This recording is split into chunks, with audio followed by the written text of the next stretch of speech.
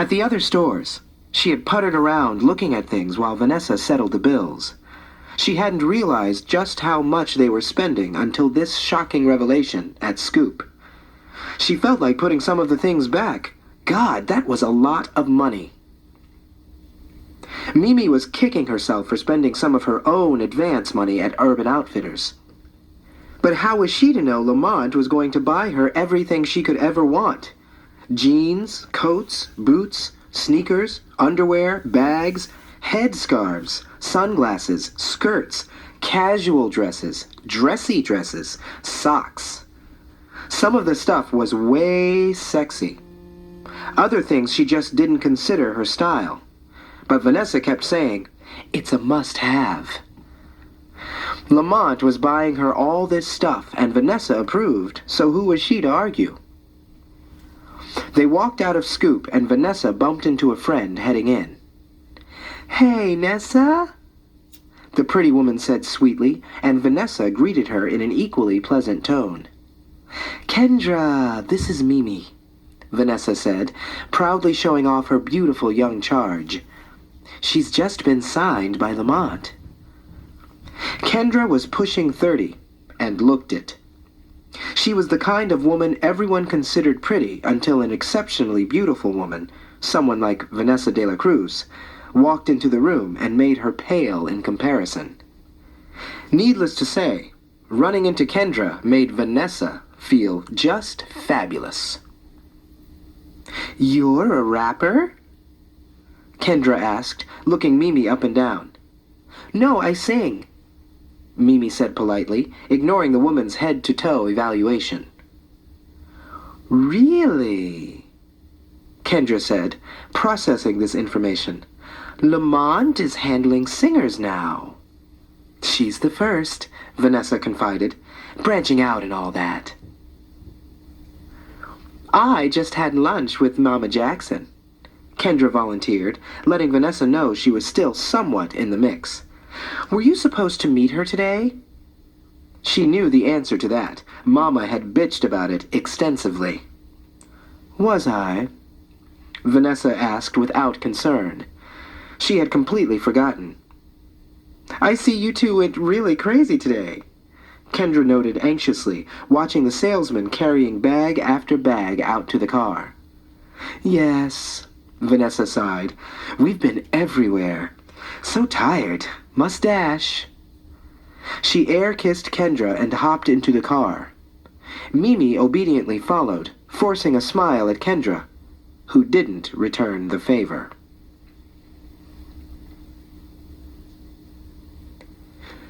Kendra Truesdale absent-mindedly pushed clothes along the racks, annoyed by this unexpected encounter. Lamont's new singer looked very young. She had to be at least 10 years younger than Kendra. 18? And she was pretty. Beautiful, really. Just the kind of girl Lamont would like. Kendra hated her already. Kendra had once thought Vanessa might be her sister-in-law. Now Vanessa couldn't spare more than a minute to talk to her. How about a, "Hey Kendra, what have you been up to?" That would have been nice. But she'd learned not to expect too much from Vanessa. That one was so self-involved. Maybe it was for the best that she hadn't asked. Other than the audition she'd gone on this morning for a Kaopectate commercial where she had to say the word diarrhea twice in 6 lines of copy, and which she probably wouldn't get anyway because she never booked anything, she hadn't been up to much more than talking nasty to anonymous men on the hot calls phone sex line. Since her career, if you could call it that, as an actress was going exactly nowhere, she'd been doing the phone sex thing. A friend of hers, another out-of-work actress, turned her on to it, and though she hated it, the money was decent. It paid for acting classes and whatnot. This inadvisable shopping jaunt fell under the category of whatnot.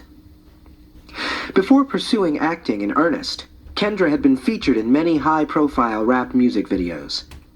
Her shapely body, full, natural breasts, voluptuous hips attached to an inexplicably tiny waist, and an ass that looked like an African sculpture, thick shoulder-length black hair, and dark bronze skin that seemed to glow even in the winter, kept her in high demand on the hip-hop video circuit.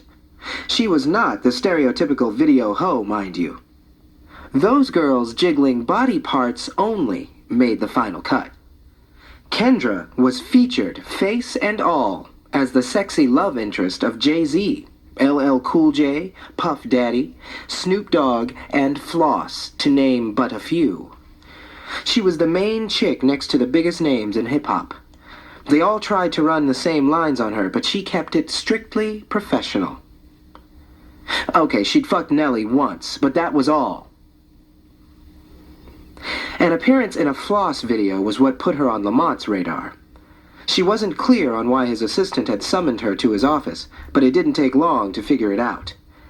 He asked her where she was from, Naples, Florida, and what her dreams were, to be a serious film actress, and what her favorite movie was, Pretty Woman. He told her he was intrigued by her. He said she had something special. He told her she could do a lot more than sit next to some rap star and look pretty. Then he suggested they have dinner sometime and took her home number. She waited for him to call for over 3 weeks. She thought about calling his office. She hadn't gotten his personal numbers, but decided against it. When he rang, it made her happier than she had been in a long time, even though she didn't think he was all that cute. But he had a way about him that made her palms sweaty. It was definitely the power thing. After they'd slept together once, he asked her to take an HIV test at his doctor's office because he hated rubbers. It offended her. Did he think because she slept with him after only 3 dates and she had appeared in rap videos that she was some kind of slut? But then he said, all cool and collected, "Hey, if you don't want to, don't." And she sensed an implied threat, like he had another girl on speed dial who'd run right over with her test results in hand if she didn't. She had the test the next day. When it came back negative, Lamont gave her his verbal assurance that he was clean. They started doing all kinds of freaky things in bed. 2 weeks into the relationship, he told her the video thing was tacky and said she'd have to move on from that. Lamont almost never made suggestions. He made commands.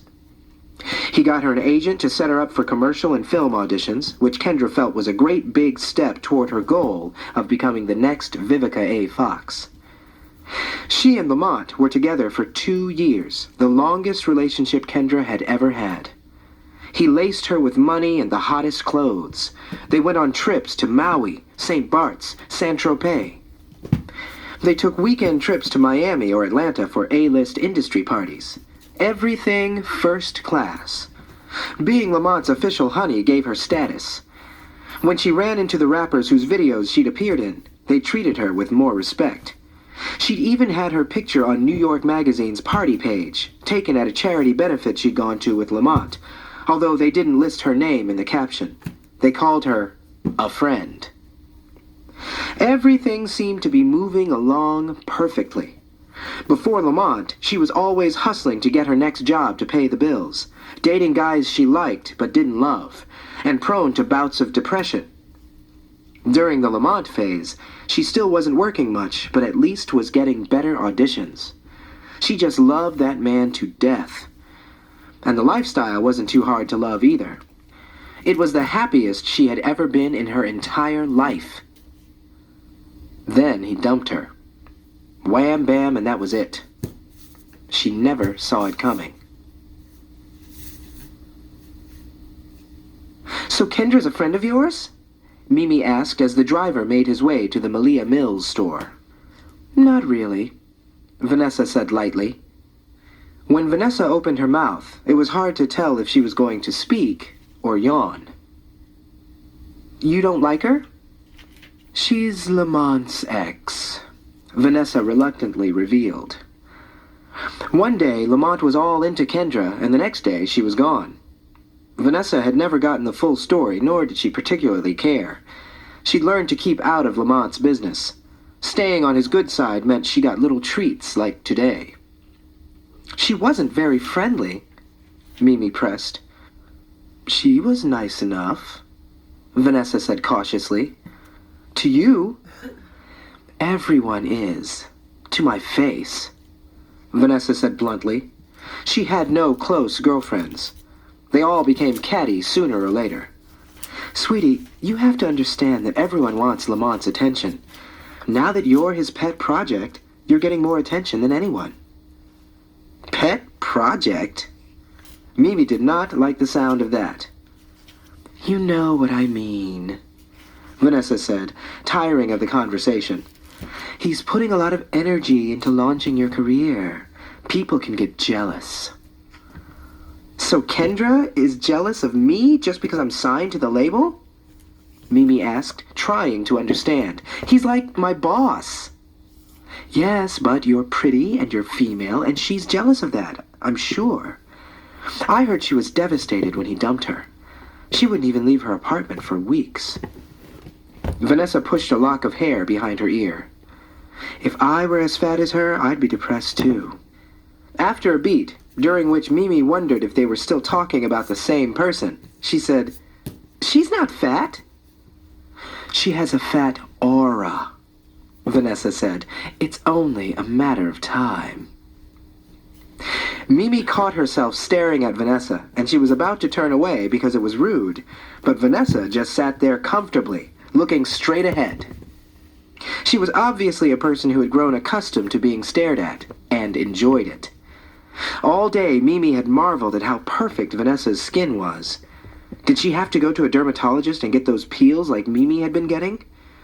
Vanessa's hair was so shiny and bouncy, and every time they went into a different store, the lighting would pick up all the different shades of brown woven in the long strands. Was that natural? In profile, Vanessa's nose had the perfect slope, and Mimi could see how far her eyelashes fanned out. And whenever Vanessa walked by, she'd get a sweet whiff of her perfume. After being out all day, she could still smell the scent. It never faded. Now, sitting 10 inches away from Vanessa, Mimi felt like she was looking at an airbrushed picture of her in a magazine, and somewhere within the magazine, a perfume strip was open. But Vanessa was so bitchy to everyone she had encountered that Mimi wondered if maybe she had PMS or something. Mimi assumed the only reason she had been spared was because she had come with Lamont's stamp of approval. Or maybe Vanessa actually did like her. Vanessa was gorgeous, rich, and she had everything anyone could ask for, including an adorable, healthy baby. What on earth does she have to be so cranky about? Mimi wondered. Like that mean comment about Kendra. Was that her way of being funny? But then Mimi smiled, having a delayed reaction to the fact that Vanessa had called her pretty. Lamont thought she had star quality, and Vanessa de la Cruz, Miss Perfection, thought she was pretty. Life wasn't so bad. So why'd Lamont dump Kendra? Mimi asked. Who knows? Vanessa replied as the car pulled up to the Malia Mills shop. This was going to be their last stop. Mimi didn't know what kind of store it was until they walked in and she saw it was filled with bathing suits. What a sweetheart Lamont is turning out to be, she thought. Hooking me up with Lena, having me styled by Vanessa de la Cruz, buying me all this stuff? Vanessa held up a brightly striped bikini and noted her approval. Cute. Picking up on Vanessa's mantra of the day, Mimi jokingly agreed. It's a must-have.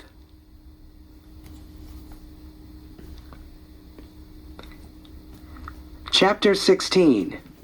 Killing Me Softly. Mimi had never been a big fan of hip-hop. That was the funny part. She knew the bigger names, had heard songs on the radio and seen videos on MTV, of course. The music was inescapable, but she wasn't totally up on it. Hanging out with Lena changed all that. Hip-hop was played at all the parties they'd been going to, and Lena religiously listened to the Funkmaster Flex radio mix show.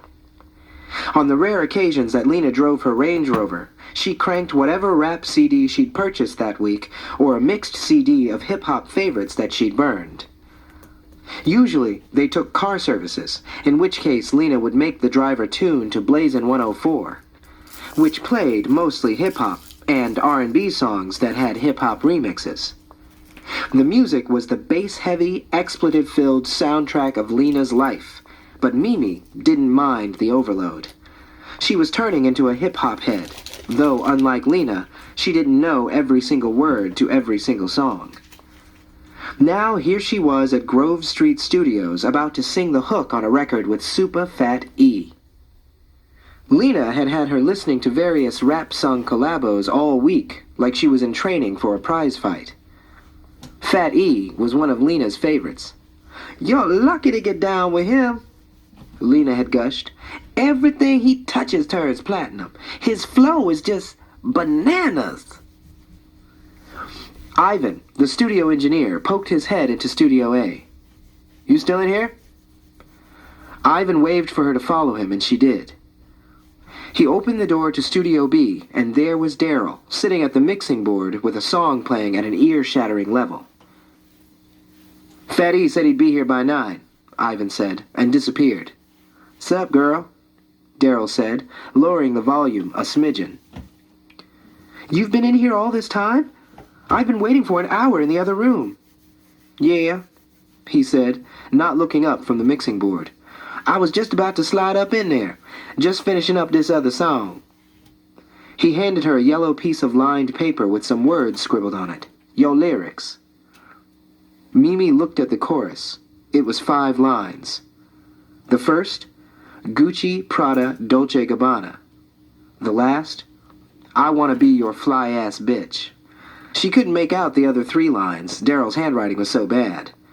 It didn't matter what they said because she didn't like that last line at all. "I want to be your fly-ass bitch? You actually want me to say that?" "I guess so," Daryl answered crisply. "I wrote it." He snatched the page back, saying, "We might change it depending on Fat E's part." The ink was barely dry on her contract, but Daryl had already cultivated a strong dislike for her. His reasons were threefold. For one, she was a performer who'd eventually enjoy more attention than he ever would as a behind-the-scenes producer. Secondly, she was poised to become Lamont's newest darling. And lastly, and most gravely, Mimi was tall and pretty. Too tall and too pretty. He couldn't front. She was a true dime piece. Just the kind of hottie who would never give him any pussy under any circumstances. Altogether, these observations made Daryl so mad he felt like karate chopping a wooden block in one forceful blow. Hi-ya! But in the studio, he was the boss. On that point, they needed to be clear. This ends side 2 of cassette 3 of Bling. Please fast forward to the end before loading cassette. Please be sure to hit the like button on the video, the bell to subscribe to the channel, and please share. It does help with getting the videos out there to everybody else. Cassette 4. Following Daryl into Studio A, Mimi wondered why everything he said sounded like a threat. These lyrics were awful, but trying to press the issue would only anger him further. If Lena were here, she'd no doubt be saying how hot these lyrics were. The other songs they'd listened to had lines like that. She'd just have to cooperate and do her best. Anyway, it wasn't her song. It was Super Fat E's. And it wasn't going on her album. It was for this soundtrack. Her album was going to be completely different. As soon as Daryl settled in, she nervously pulled out her songbook and showed it to him. "You wrote all this?" Daryl asked, noticing that all the pages were filled. "Yeah," Mimi said, teetering on the edge of the couch. "I have 5 other books, but I recopied my favorites into this one." Swiveling back and forth in the chair in front of the mixing board, Daryl skimmed the lyrics of the first song, Like a Dream. Corny. He turned to the next page and checked out Soul Cry. Cornier. He read the chorus of On the Inside, and, without looking at another page, decided it was the corniest of all the songs she'd written. "You trying to be the black Celine Dion or something?" "No," Mimi snapped, wanting to grab the book back. "Are these songs you want to record for your album?" Daryl asked, using his long pinky nail to satisfy an itch between his cornrows. "Are you just showing me these 'cause you want me to know you right?" "A little of both," Mimi said hesitantly. He obviously didn't like the songs. "I don't have to record those, but I definitely want to be part of the writing process, you know? I want to be sort of like Lauryn Hill or Erykah Badu." "Really?" Daryl said contemplatively, trying not to let his face register surprise at this ridiculous bit of information. If he were a real asshole, he would have given voice to his first reaction, which was, "Bitch, you ain't no Lauryn Hill and you ain't never gonna be, not on this label." If he were committed to his A&R job, he would have done his duty and diplomatically explained that the label had some slightly different ideas about what kind of artist she should be, which was more radio-ready, supremely cross-marketable J-Lo and less soul-searching, average-selling Erykah Badu. He thought Lamont had gone over that with her. But what would Daryl know? Lamont never told him anything.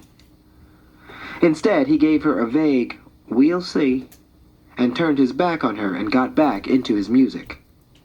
Around 9, Ivan walked in and jovially announced, "Super Fat E in the house." As Super Fat E bounded through the narrow studio doors, the literal meaning of his name became instantly clear. Super Fatty. Mimi realized her mouth was hanging open, so she quickly shut it. She knew he was on the big side, but damn! In person, he was stupendously large. He had to be over 300 pounds. Well over.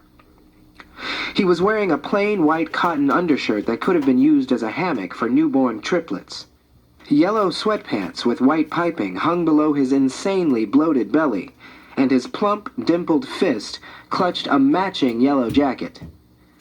Bouncing off his midsection at the end of a thick platinum chain was an enormous diamond E, designed in such jagged script it looked like the work of Zorro. The combination of the yellow sweatsuit, Fat Farm naturally, the jeweled initial bigger than the head of an average young child, and his crackling kinetic energy made him seem like a cross between Big Bird and Superman. The only small things on Fat E were his feet. "What's poppin', y'all?" was Fat E's exultant greeting. It felt like a whoosh of pure oxygen followed him into the room. "Fat E!" crowed Daryl, standing up from the board to give him the customary b-boy salute.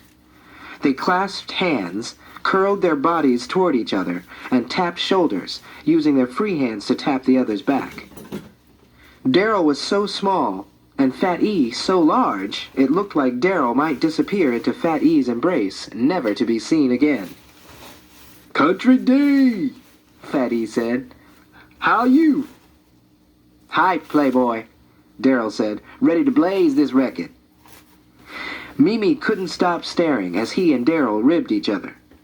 She stood up and waited to be introduced. Daryl started up the music, obviously with no intention of introducing them, so Fat E took it upon himself. "Ernesto Moore," he said gallantly. He took her hand and theatrically kissed it. "You must be Mimi. Nice to meet you." He sank and sank and sank into the sofa and patted the small remaining space next to him. Mimi took a seat, and Fat E immediately swooped his arm around her. "So this is your first record?" "Yeah," she said, "and I'm really excited because I hear everything you touch turns platinum." "Believe what you heard." "I love your flow," Mimi added. "It's bananas." "Oh."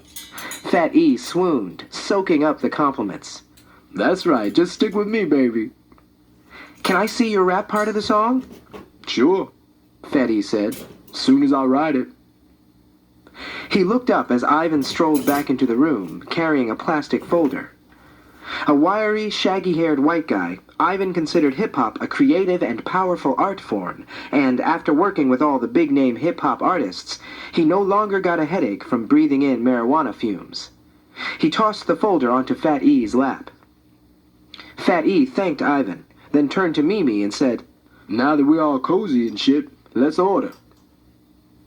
Mimi looked over at the folder. Inside its transparent cover was a white sheet of paper that read, "Menus for Super Fat E. Please do not touch." Ivan had done that. People were always misplacing the menus, and a good selection of varying cuisines that could be delivered in a timely fashion was the only real request Fat E had when he came to the studio. After mulling over several types of food, Fat E decided it was a seafood night, and had the receptionist put in an order for 2, since Daryl and Ivan declined to join them for dinner. After close inspection, Mimi decided Ernesto was rather cute. He had smooth, clear skin the color of wet sand, short, tightly curled brown hair, and a sparse, elegantly sculpted goatee. She hoped he hadn't noticed her recoil slightly at his girth when he entered the room. "Hey, Ivan," Fetty said. "Throw me the pad." "Make magic, baby," Ivan said as he tossed Fat E his tools. A fresh yellow legal pad and a number 2 pencil, brand new, just sharpened. "Like Copperfield," Fat E replied. His first top 10 hit had been written this way, and ever since he superstitiously followed the same routine to the letter. Within minutes, Fat E was completely lost in his rhyme writing. He was well respected by music critics as a true poet who wove intricate rhymes about the plight of the young urban male. Only God Can Judge, on which he ruminated about growing up as a fat kid from his second album, Food is Love, was considered to be his finest work to date. But like most hip-hop artists, he found a way for art and commerce to profitably coexist. He was concerned with selling records, and he knew people, especially the young kids who were his core audience, wanted to party more than they wanted to ponder. "Gotta pay the bills," he'd chirp when he came into a studio as a hired gun to guest star on another artist's album. That's what he was doing tonight. Triple Large was releasing the Good Lookin' soundtrack, and they were paying the Hits Inc. superstar his going rate of $150,000 per song to take part. Even if almost no one saw the movie, a soundtrack would sell briskly if it featured hot songs from a variety of well-known rappers. And Fat E was the biggest. In every sense. An hour later, the receptionist buzzed over the intercom. "Dinner time!" she trilled. The food had an intoxicating effect on Fat E. The more he devoured, he moved from lobster to crab legs to a baked potato dripping with sour cream with the dexterity of a DJ. The giddier and more talkative he became. Even though he rapped about his slick girl-getting abilities and his sexual prowess with such tricks, he admitted the ladies' man status was just part of his rap star image. His devoted wife, Renee, his angel, was the only woman he ever went home to. She'd loved him before the fame and riches. At Benjamin Franklin High, she was proud to walk the halls with her overweight Ernesto, even though he had ballooned to 280 pounds by the senior prom. "She wants to have a baby," he said, "but I can't even knock her up. Something wrong with my sperm." He shrugged. "We're going to a fertility doctor and everything."